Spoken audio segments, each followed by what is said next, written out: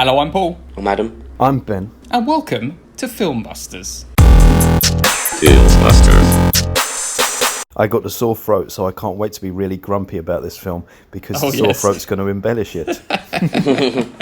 This is our Joker review episode. We're very much looking forward to this. We've been holding our opinions back, waiting for this lovely podcast to come about so we could now actually discuss it. I'm very excited about it. Tell the people why we're so late with this damn thing. People want to know. They're listening and saying, "Why the hell are those guys been so lax?" I don't think they would notice if we didn't mention it. We're just very, very busy people.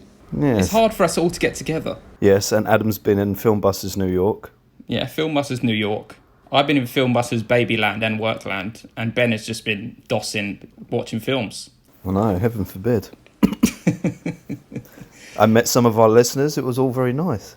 Oh, that's beautiful, isn't it? Oh, yes. Lovely. Did you feel like a proper celebrity, Ben? There was twice where I was in a queue and someone shouted out, "Ben," and I turned and I'd never met them before. Fucking celebrity. Come on. Did you sign an autograph? I did sign an autograph with my left hand. Don't be foul now. Left hand. That's where your mind went. Anyway, this is very childish. So before our lovely Joker review, we'll do our staple of the episode, which is our quiz. If you haven't listened to the podcast before, we do a quiz every episode. I ask Adam and Ben 2 questions. If they get it right, they get a point. If they get it wrong, I get the point because I'm the lovely host. Right now, Ben is on 11, Adam is on 7, and I am on 10. I'm on 7. I thought I was closer than that. No, you're well off the mark. Oh, fuck this shit. I'm giving up. Wishful thinking, Adam. You are far from winning. Should we go in for our first question? Yes. I know the answer already. This is our tagline question, which I always do first. So here we go. Some guys just can't handle Vegas. The Hangover. Yes, was that the one you had lined up? No, it wasn't, but as soon as you said Vegas, Adam, how did you not jump on that? You were very quick. For a film you hate, you were very quick. I think you both were very slow. When have I ever said that I hated The Hangover? I enjoyed The Hangover. You probably hate all those films. But look at that, see? Because look who's making a judgment call. I appreciate comedy when it's done well, and I enjoyed The Hangover, so thank you very much. Yes. How about The Hangover 2? Can't really remember that one, so I probably didn't like it that much. The Hangover 3? Didn't like that one. Adam's going to say that he gave you that question anyway because he wants you to win, but everyone knows that he just was not quick enough. Yeah, I want to play against Paul next year. I want Ben to be... What, you want to lose again? Do you know what? I hope I win just exactly for that, or Adam wins exactly for that reason, so that 2 other people are going head to head. I really want to answer the questions. I can't wait. Yeah. Well, I think I am going to win it this year. So yes, you're on 12 now. Well done, Ben. Should we go to the next question? Yes, please. Yes. Here we go. Complete this quote from Shawshank Redemption. Oh, God. Well done, Adam. Here we go. I have to remind myself that some birds aren't meant to be... Caged? Yes, Ben. Shit. That's just a guess. Adam, how did you not get that? I know, but you're very quick today, even though you've got a sore throat. You don't even sound like you got a sore throat, mate. Oh, thanks. I appreciate that. I don't know if that's a compliment. It's just like it's just me stating something. I don't think that it's affecting my voice. I think it's just painful to utter any single fucking word to you two. It's a sorry state of affairs, mate. Right. Well done, Ben. You are on 13. It appears to me, right, if my maths is correct, that apart from you, Paul, in order for Adam to even stand a chance at winning this year, he would have to get all the questions right in the next 4 podcasts. That's exactly what would have to happen. Yeah. Oh, poor Adam. Wait till I hit you with all the questions next year about Glengarry Glen Ross. That'd be lovely. It has to be related to the film, so unless there's a film with Kevin Spacey in it, I'll can't do it. find a way of tying it to Glengarry Glen Ross at every damn time of the week. To be fair, there's so many actors in it. You're the host. You can do whatever you want with the questions. Brilliant. I'll be like Murray Franklin. Murray. Yeah. Murray. Right, Anyway. seeing as we're segueing into the Joker now, we should say that we are going to do our Joker review now. Roll the theme tune. At last. Ha, ha, ha, ha. The main event.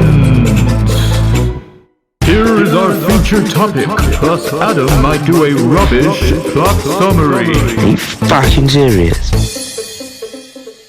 Right, so this is a spoiler episode. We will be talking spoilers about the Joker. So if you have not seen it, do not listen. But Adam, would you like to explain the plot? So this is basically the origin of the Joker. You find out his backstory, a bit why he's a bit psychotic and why he's the person that he is. And then you follow him on his story when he's meant to be, I don't know how old he's probably mid-20s before he fully becomes, and it's his venture to becoming the Joker. Mid-20s?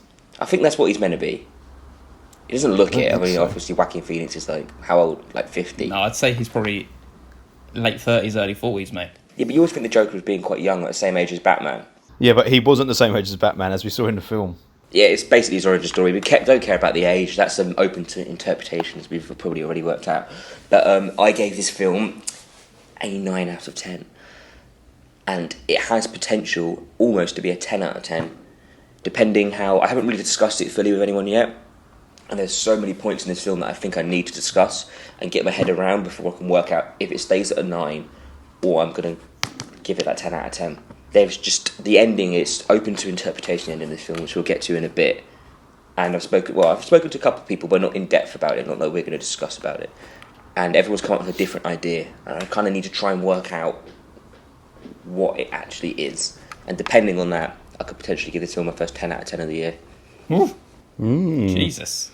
Okay, and now I'm going to finish with Paul, because I know Paul's the most excited person to see this film, but so we'll go to Ben next. Well, I gave this film, as you would probably imagine, Adam.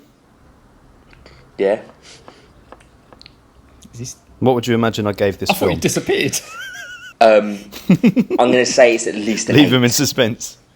At least an 8, depending on, I don't know, your interpretation of certain points throughout the film. It wasn't an 8. You give it a 9 out of 10? Yes, I gave it a 9 out of 10. Fantastic, I knew you would. No one was more surprised than me that I gave it a 9 out of 10 as well.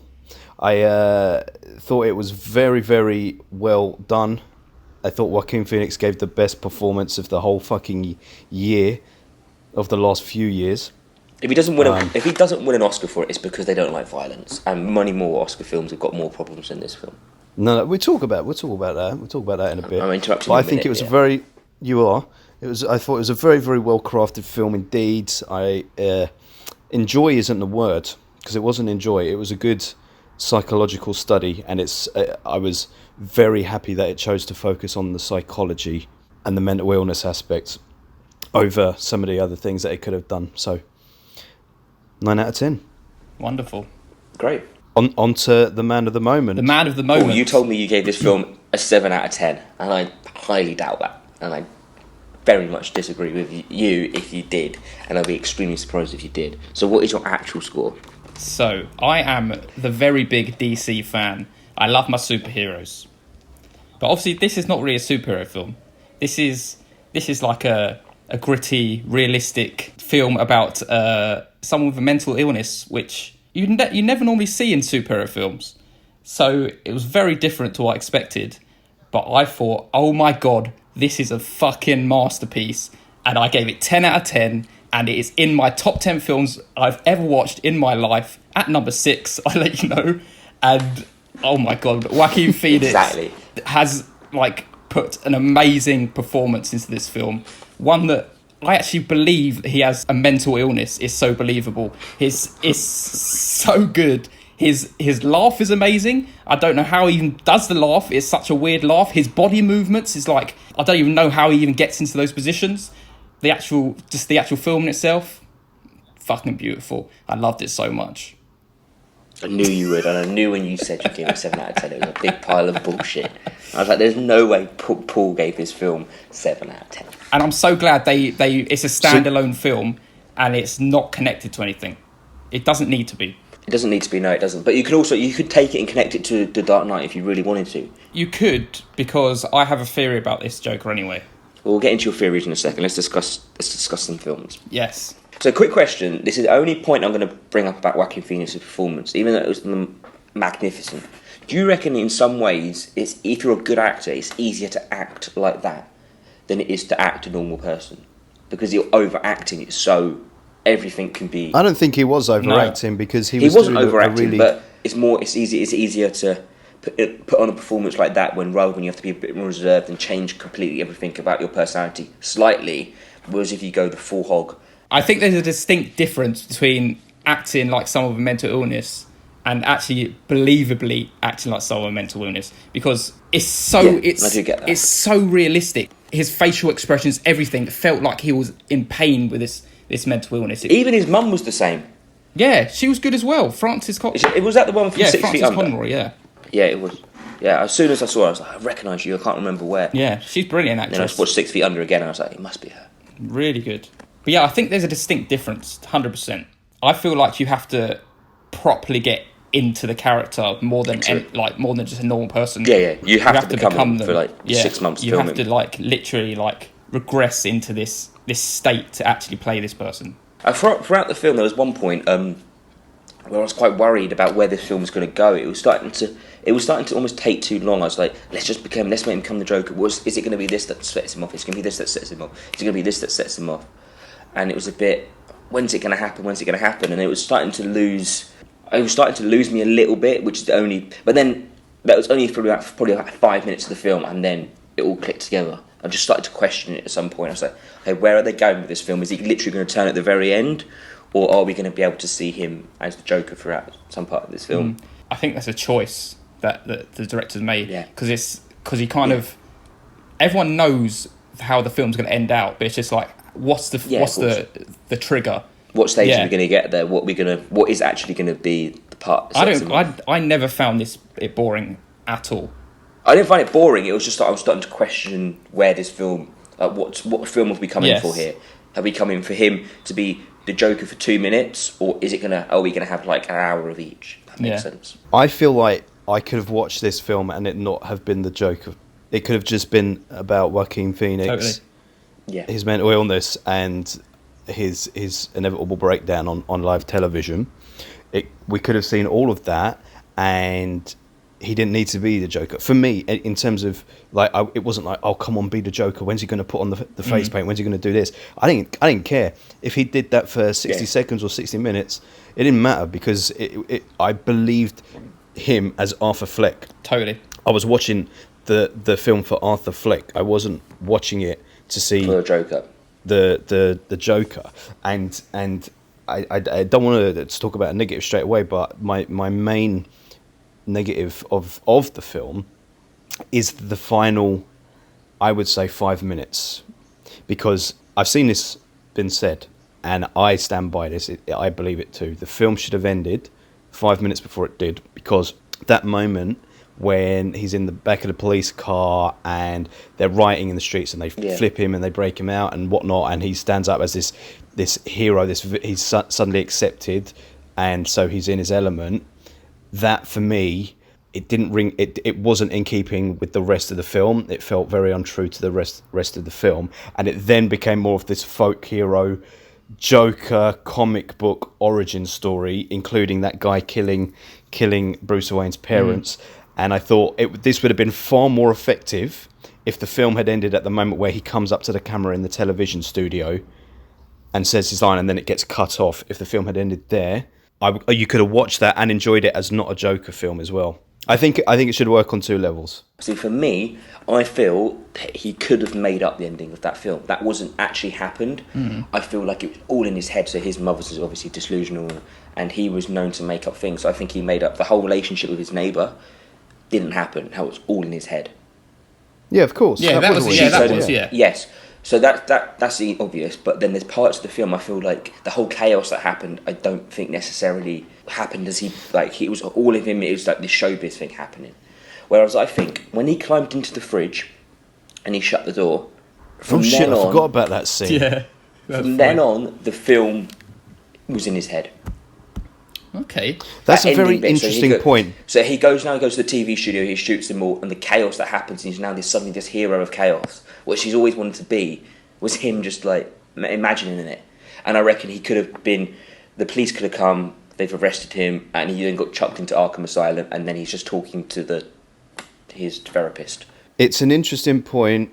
And it was him telling the therapist what he would like, this happened.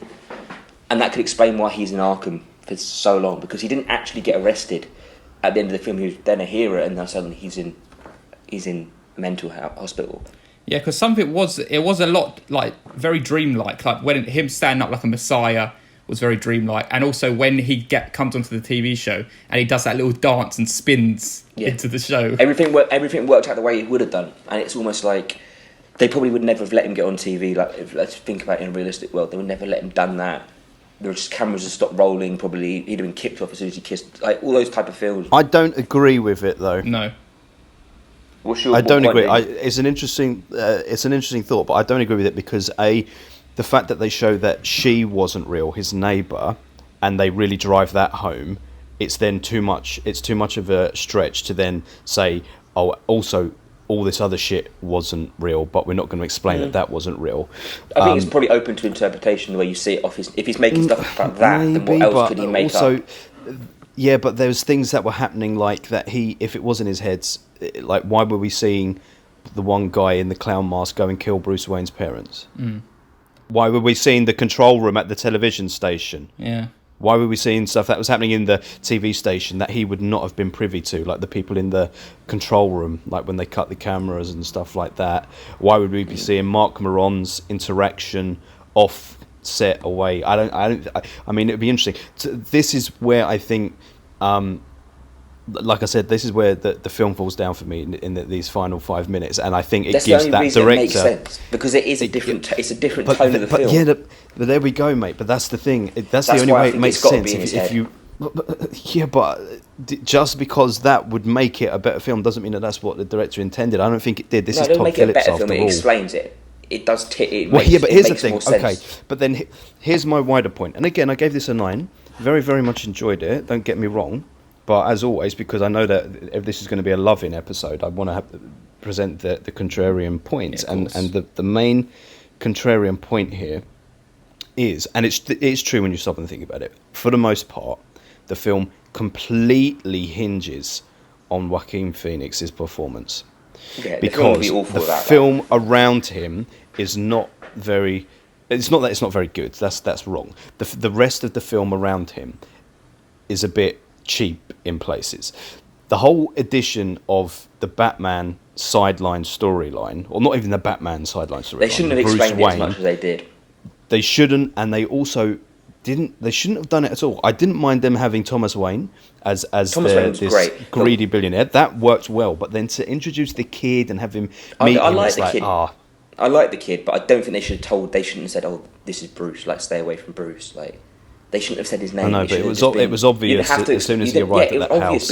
So you didn't have to explain it. It's like the part of the alleyway, like his parents go down the alleyway. You didn't necessarily need the parents to be shown to be dead, being killed. You could have just left it with that. That's true. And ripping the pearls off. I think it brings so much more to the film, though. Was just not a very good director. That's pandered to a mainstream audience. Then it's like explaining every detail for these people who make a film palatable for more people, where it shouldn't have done that. It should just let you open it up, and everyone knows what's happening, but it shouldn't have to be written out for you. Yes, I think it adds so much more like mythical value to the actual film, because my theory about this whole thing is that. Oh yeah, go on. Let's hear your theory. Is this connected to all of this? Yeah. So I've got 2. So I got another which I'll say after. This is just about the Joker in general. So in the comics, the Joker's not known to be one person. It's supposed to be like, even though it appears to be one person in the comics, it's seen to be that it's been distinctly different people through time, and they've just basically taken on the mantle of the Joker. And that's what I feel this film is like kind of saying, is that instead of actually being the Joker, he's basically created this mythical being called the Joker, and it's basically inspired all these people in the city to don these clown masks and Joker's and basically like praise this mystical person called the Joker, who basically just causes. It's not about the being; it's about just causing anarchy and violence and chaos in the city. And I feel like this is the origin of that mythical character rather than the actual person. Yeah, I could get on board with that. I was thinking similar. Yeah, but something happened in the film that made me think, no, but this is definitely the Joker. But I can't remember what it is now. I thought maybe it was like by the end I was like, oh right, so he's not necessarily even the Joker. But then there was a couple of things I was talking about it with Jenny, and we were like, oh no, that's definitely the Joker. I can't remember what it was because the Joker we know in comic books is more conniving and more like he plans these mental like heists and crazy situations in the city. It's like this isn't that character. This is just off the cuff. Yeah, he's just someone next. with a mental disability who's basically ended up being this idol for people. Yeah, I mean that would say in keeping with the other interpretations of who the Joker is, then it makes sense that Joaquin Phoenix isn't the Joker. Yeah. But in this reimagining, if you want to call it that, I think he is the Joker. Yeah. I mean, I don't feel like it needs to be like, okay, now it's linked to the rest of the DC universe. It's just like I like that it's standalone, but I also like the fact that it's all can have this like mythical theme running through it at the same time. If you wanted to attach it to something, yeah. And I found it really interesting that he's the thing that created Batman. But he always was, right? No, that was only in Batman '89. I really like the idea that he could have been Batman's brother, though. They should. That was such a cool concept, and I was almost quite annoyed when they kind of killed that theory. I was like, oh, that would be actually been quite cool. I wasn't so sure. It would have been a bit silly, but it would have also been like, oh, that's quite a nice little. I'm glad they didn't. Let's talk about that for a second, because he still might be, right? Because because the picture. Thank you. There we go. Yeah. No one's talking about that. On the back of the picture, there's a picture of Arthur Fleck's mum that you see Arthur pick up after she's died, and on the back of it, written in like black marker pen, is something like, "You always had this sweetest smile," or something like that, and then it says it's the initials of Bruce Wayne's dad.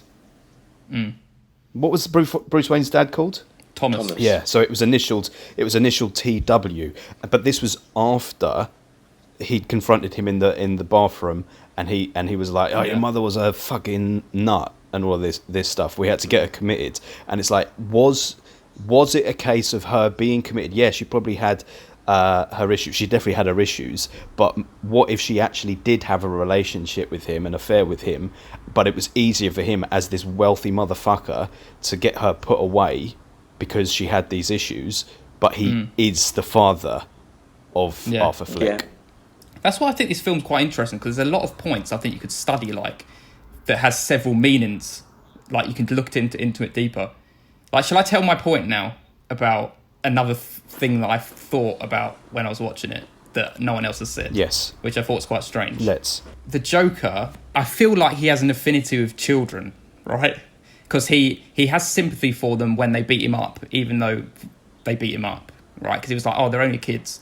And then he also, like, seems really happy when he's dancing for the kids in the hospital and like smiling for the kid on the bus. And then he finds out that he's been molested, right, as a child. And then I thought, okay, that's odd, because then immediately after this, he goes into the house of his so-called girlfriend, and he starts touching all the kids' pictures and like all kids' stuff in the house. And then as soon as that scene's done, he comes out dancing on the steps to Gary Glitter. Interesting. And that's what I thought. This seems very like obvious to me, but maybe it's just a coincidence. I think it. Well, I mean, that's very interesting. I didn't even think about it in that way, but that's an interesting point, actually.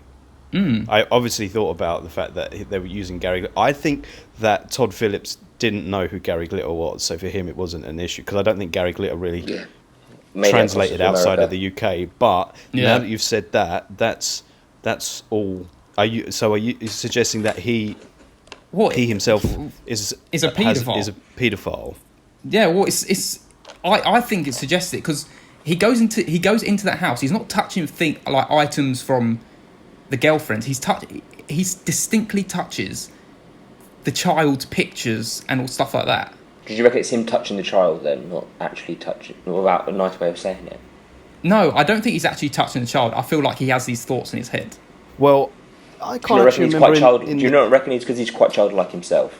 Well, this is the thing. Distinctly with paedophiles, most of them were touched when they were children, and that's what gave me the link. But was he sexually abused? I know that he was physically abused, chained to the radiator and all that, but I can't remember. Did they say he was sexually abused? I feel like it's suggested. I can't remember the sexual abuse bit. I can't remember this bit too well at all. So that's just me looking deeply into it anyway. I just feel like there was a bit of an odd like correlation between the kids' pictures, him with children, and I don't know. It looks a little suspect to me, and I think it just makes it. It just like heightens the experience even more, because it's almost like you've got to look deeply into this film to like truly like understand the state that his mind's in. But I think that if he was a paedophile, that it would do a disservice to what it's actually trying to say about someone suffering from a mental illness being exploited by the rest of the world. Because if you also then try and insinuate, and because he was abused as a kid, he is a paedophile as well. That's true, very true. It's undermining a better ideology that the film has, I think. That's true, it's true. It cheapens it, but that's an interesting point. If that was an actual like thing they were going for, then I'm glad they didn't like go all in and like actually like insinuate that. I just think like it was a subtle inclusion in the film. Mm-hmm. It was very strange to hear that song. It was so strange because it's just, you don't play Gary Glitter. It's not like, you don't play Michael Jackson. It's like, nobody plays Gary Glitter because he's done terrible, horrendous fucking things, is still alive, and will benefit massively financially anytime something like that happens. And I read an article the other day. He stands to make 30% of the entire royalties from the use of that song, which equates to something like £200,000. Nice. And like, he's behind bars, but he'll get out. And that's £200,000 that he can use in Thailand to go and sleep with 12-year-old and 13-year-old girls, which is what he was doing for about 10 years before he went into jail. Yeah, he's not got a life prison sentence. I thought he did. No, not life. Well, if he comes out, he's going to have to hide somewhere, isn't he? Yeah, probably in Todd Phillips' house. He'll look after him. That scene is fucking iconic. Even with the music, that is like something to remember. I didn't really think of the music at the time. So I didn't good. really clock who it was. Yeah, I didn't clock it either. As soon as that scene kicked in, I was like, this is fucking amazing. And that was when these mental dance moves were coming out. I was like, I don't even know how he's even fucking making these movements. You love these dance. It's what do you so mean you good. don't know why he was making these dance movements? He's just moving his arms and his back in a way. No, but it's not like. Have you not seen it's Sweet not Dean like Always a Sunny? choreographed. She does it. It's not a choreographed dance. It's almost like robotic, and it is like wild. It's not in any kind of pattern, or it's just like mental body movements that he's doing. You really need to stop saying mental on this of all episodes, man.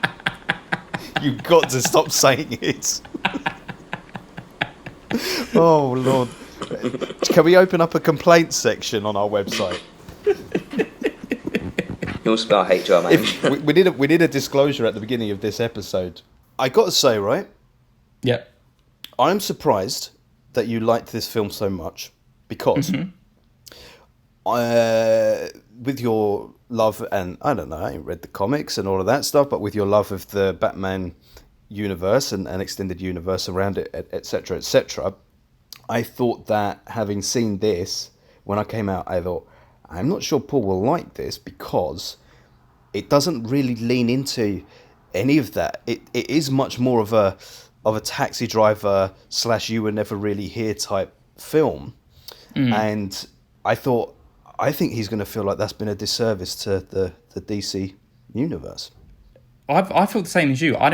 This could have not even been a Joker film. I loved it. Yeah. I loved his performance. It was amazing. Well, not that it shouldn't have been. It added to the lure a bit, but yeah. The big thing, the big thing about this film is his performance, and it's so. But that happens for a lot of films. Like, you could say that about a lot of incredible films throughout history. Like Taxi Driver, you could say, oh, if you take De Niro out of it, it still would have been a good film. But Yeah, De Niro brings, of course, but it's at the end of the day, it's the film. You can't say take a character out, because that is the film.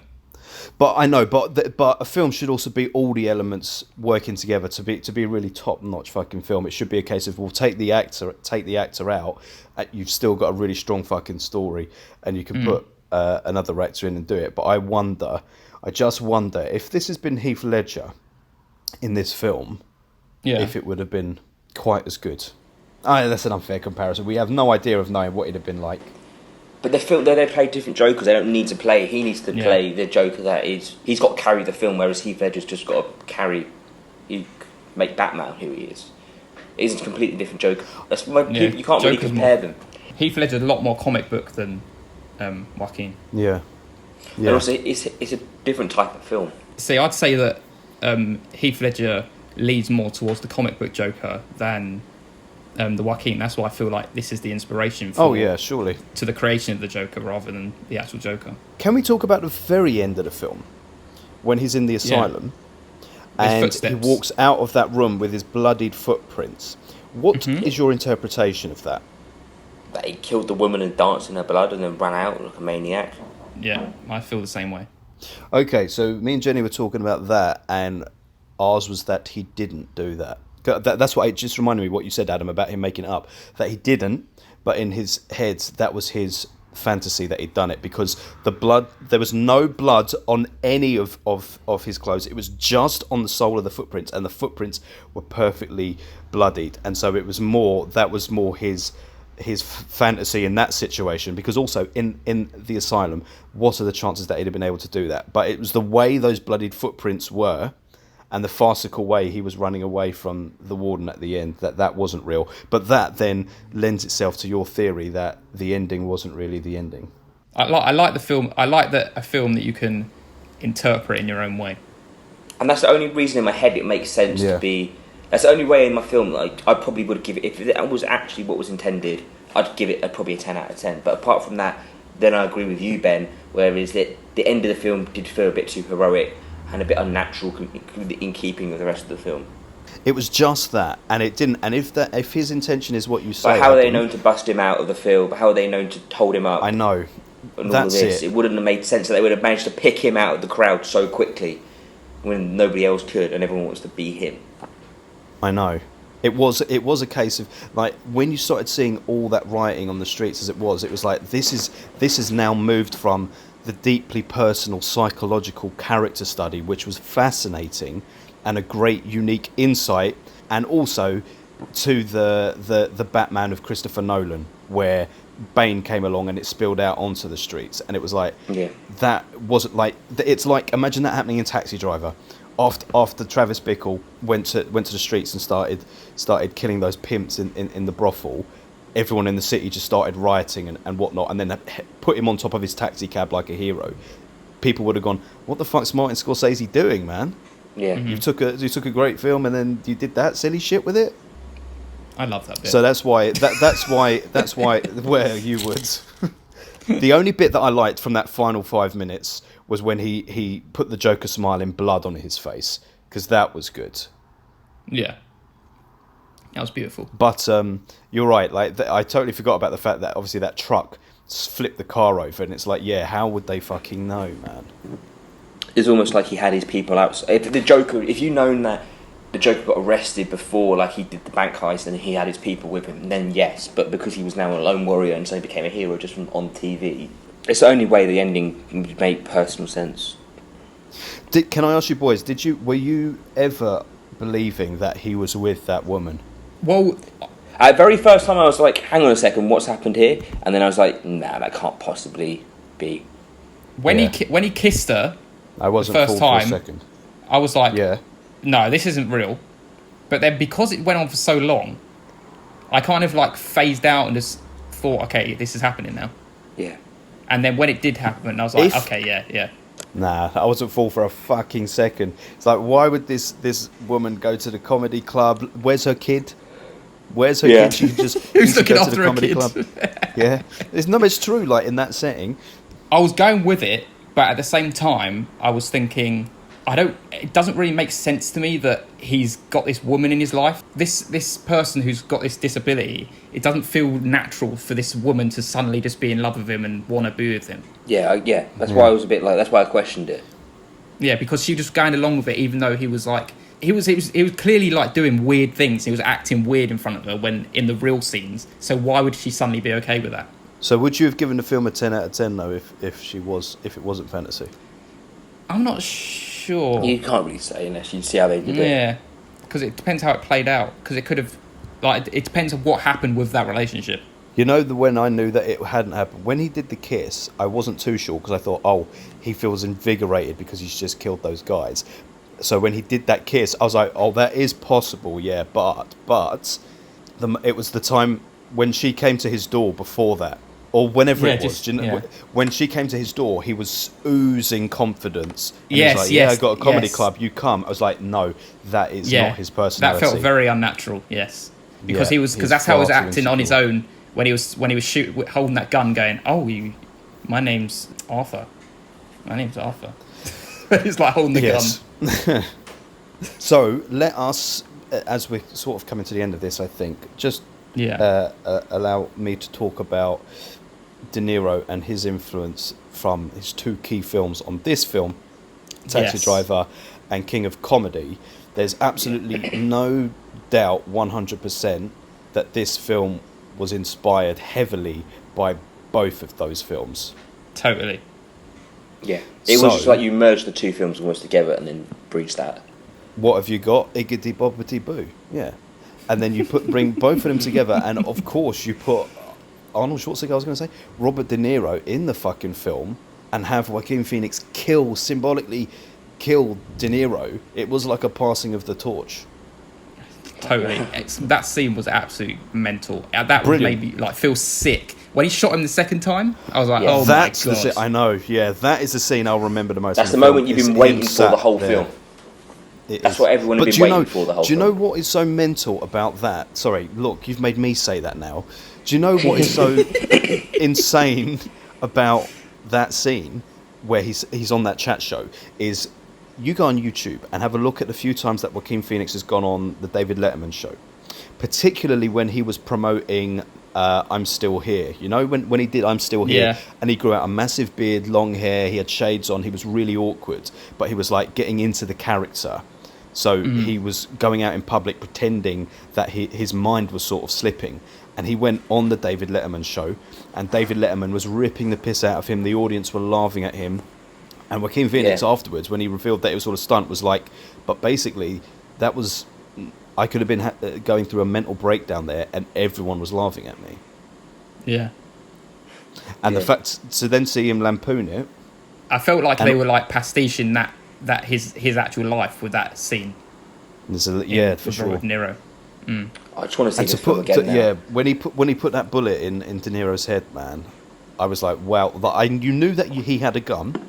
You knew that he intended to shoot he was going to kill himself or someone, but I just didn't see it going down like that. I know. I was thinking, who has the balls to shoot Robert De Niro like this? It was so sudden as well, because when he went bang and De Niro's head just went back and he was like frozen in that position, it was like, oh shit. Yeah, actually happened. That's how good De Niro is as an actor, can we just say, that even acting as a dead stiff like that, he was fucking convincing as hell. The master. And I just felt, when that happened, I was like, it's like I'd never seen someone being shot in a film before. Oh, no. Yeah. It was a bit like that, yeah. That's why the film, it did bring you in a shocking way, yeah. It's like... Even with all the other violence within the film, that was probably, like... Yeah. Stand out. Yeah. What a great film. And I feel like this might be our top film that we've ever reviewed. This is our top film. All right, so we've discussed it. Are you going to give it a 10, Adam? Think carefully about what you're about to do. I don't know. I might have to watch it again, actually. No, it has to stay in this podcast. If it goes out, you can't change it. Nah, I'll keep it as a 9. I don't think I can give it a 10 without watching it again. And also, Adam, wait a minute, just wait a minute here. I'm going to do a little something as a little test here, okay? Just as we're ending up. I'm going onto Letterboxd, okay? And I'm looking at Taxi Driver. I gave it a 9 out of 10, Taxi Driver, I think. Yes, you both gave it a 9 out of 10, as did I. Mm-hmm. I need to watch... I've only seen Taxi Driver once, and that was about 4 or 5 years ago. And I need to rewatch it. And have you seen King of Comedy, Adam? You haven't, have you? Yeah, I have. Fucking brilliant film. Yeah. Okay, and I'm trying to find... I gave it a 9 out of 10 as well. I gave it 8 or 9. You gave it an 8, and Paul gave it an 8. So what my point is, I think that it's a little bit of an injustice to both of them films to give Joker higher than what you would have scored either of those, because without those films, it doesn't exist. And both of those films did what this did originally, and in my opinion, better. Sometimes you have to have this stuff to make the good stuff. Just because you did it first didn't mean you did it best. Yes. Oh, okay. So, are you seriously telling me? Not joking. you, I'm winding you up. I've got you. Are on your you little seriously leash now. telling me? No. Are you seriously telling me that Joker is better than Taxi Driver? I'm talking to you. I haven't Adam. seen Taxi Driver in so long, and I need to rewatch it. But probably I couldn't tell you about rewatching it. And because what you'd be saying also is that Scorsese's fucking excellent direction in Taxi Driver isn't as good as the Hangover director Todd Phillips' work with Joker. Well, you can almost say that he could be better that if he could do the Hangover and this type of film. He's got more of a... I'm joking, I'm winding you up, Ben. I know you're going to back to and also, shit no, it doesn't say that, because it's, I'm going to hear your also, head blowing up. just because you can do one film, you should... I know, exactly. And I've got a sore throat, so I'm not even getting into it. We all can agree that we enjoyed the film. Yes. It was fantastic. But I think that there's just a few little niggles in there that are... Yeah. There's one thing that we didn't talk about, and we should have talked about, so I'm annoyed that we didn't, because it's actually what people want to hear. It's the whole furor around it outside of the film. Yes. We should have talked about that. Because go ahead and ban all the films that have any violence in it, but how about you just ban the guns in the country so they can't shoot them in the first place? Well, yes, exactly. Also, yeah. It is just, there's a whole media uproar about it. They've kind of... It's just shut up. Violence has been in films forever. Just because this is a Joker film and it happened in a screen of Batman doesn't mean that it has to be banned, because it's just a film. If someone's got a mental illness and I want to shoot someone after watching the film, they're still going to shoot someone. It's not going to inspire them to shoot someone from the film. I agree. And that's it. Yep. We don't need to say no more about it. Right. That was a lovely podcast. Yep. So this is our top ever film on the podcast. Yes, that's beautiful. It's beating John Wick. Yep. Crazy. It's 9. Is that it? Why did everyone go silent? Because I was waiting for you to say 9 point something. No, it's not. It's 9. It's okay. Exactly 9. Is it? How is it exactly 9? John, exactly 9. Because we got a 10, a 9, and a 9. Point. Yeah, 10. Yeah. No, it's 9 exactly. So it must be 9 point something. 10 plus 9 plus 9 is 27. Yeah. Divide it by 3 is 9. It's 28, by the way. Oh yeah. Oh yeah. Sorry, mate. Yeah. I'm going to say it's like 9.3 or 4. That's me just going with Ben's maths like it's going to be right. 9.3, yeah, fucking hell. That's what I was like. I was amazing. I was like, how does that make sense? Yeah, it's like a 9.3 or 4. Stop making me angry. Lovely. Right, let me wrap this stuff up. If Paul had just given it a 9, as he should have done, then it would have been a nice round 9. He was never giving it a 9, was he? No. He knew that. That was a masterpiece. Right, you can get in touch with us at FilmBusters Pod on Instagram, Facebook and Twitter. Or you can get to us at our website on www.filmbusterspod.co.uk, where we do some lovely reviews and all our podcasts are on there. We also have our personal Twitter accounts. I'm at FilmBusters Paul. I'm at FilmBusters Adam. And I'm at FilmBusters Ben. He's got the sore throat. Now listen, let me get some practice in here, because when I'm hosting the quiz next year, I'll be the host. So I need to get some hosting. Hostess with the mostess. Right, well that was yes, I'm going to pretend I'm hosting a podcast here.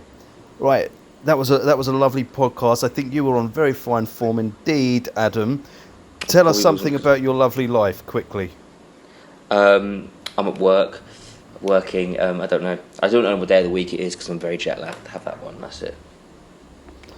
Good. FilmBusters.